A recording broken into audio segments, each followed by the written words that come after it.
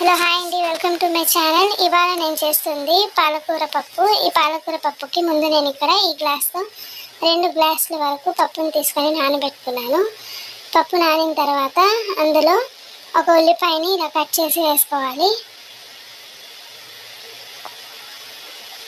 అలాగే 2 టమాటోల్ని కట్ చేసి వేసుకున్నాను. అలాగే కొంచెం పసుపు, కారం, కొంచెం ఉప్పు,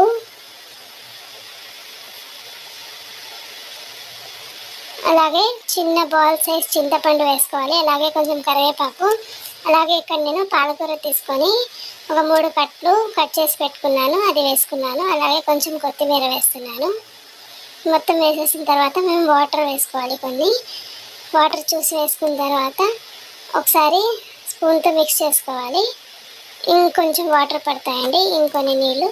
అందుకోసం మళ్ళీ నేను కొన్ని నీళ్ళు ఇందులో వేస్తున్నాను.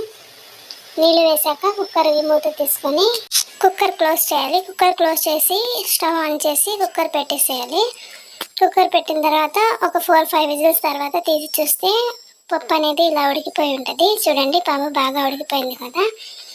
ఇలా ఉడికిన పప్పుని మేము ఇక్కడ సైడ్ తీసుకొని ఒక పప్పు గుత్తి తీసుకొని దానికి బాగా మ్యాష్ చేసేసుకోవాలి.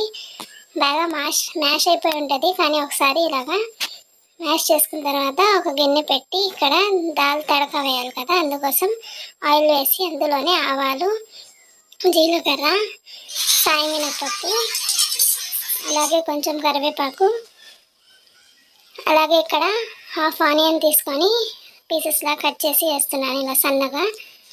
ఆనియన్స్ వేసిన తర్వాత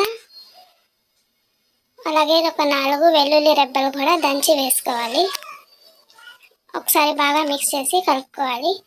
కలిపిన తర్వాత అలాగే ఒక ఎండుమిర్చి కూడా వేసి ఇలాగే పోపుని గోల్డెన్ బ్రౌన్ కలర్లో అయ్యే వరకు వదలకుండా ఇలాగా మధ్య మధ్యలో కదుపుతూ ఫ్రై చేసుకోవాలి. ఇక్కడ మనం చూసుకొని కొంచెం బ్రౌనిష్గా అయితే చాలండి, ఎక్కువగా కాలిపోతే మళ్ళీ టేస్ట్ బాగోదు. ఇలా చూసుకుంటూ మిక్స్ చేసుకుంటూ ఉండాలి.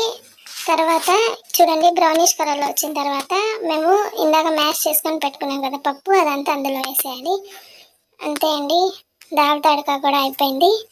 చూడండి, టేస్టీ అండ్ ఎమ్మీ పాలకూర పప్పు అయితే రెడీ అయిపోయింది. అంతే అండి, చాలా ఈజీ కదా. ఒకసారి మీరు కూడా ఇంట్లో ట్రై చేయండి, ఎలాగుందో చెప్పండి. అంతే అండి, ఈ వీడియో కనుక మీకు నచ్చినట్లయితే లైక్, షేర్, సబ్స్క్రైబ్ చేయండి.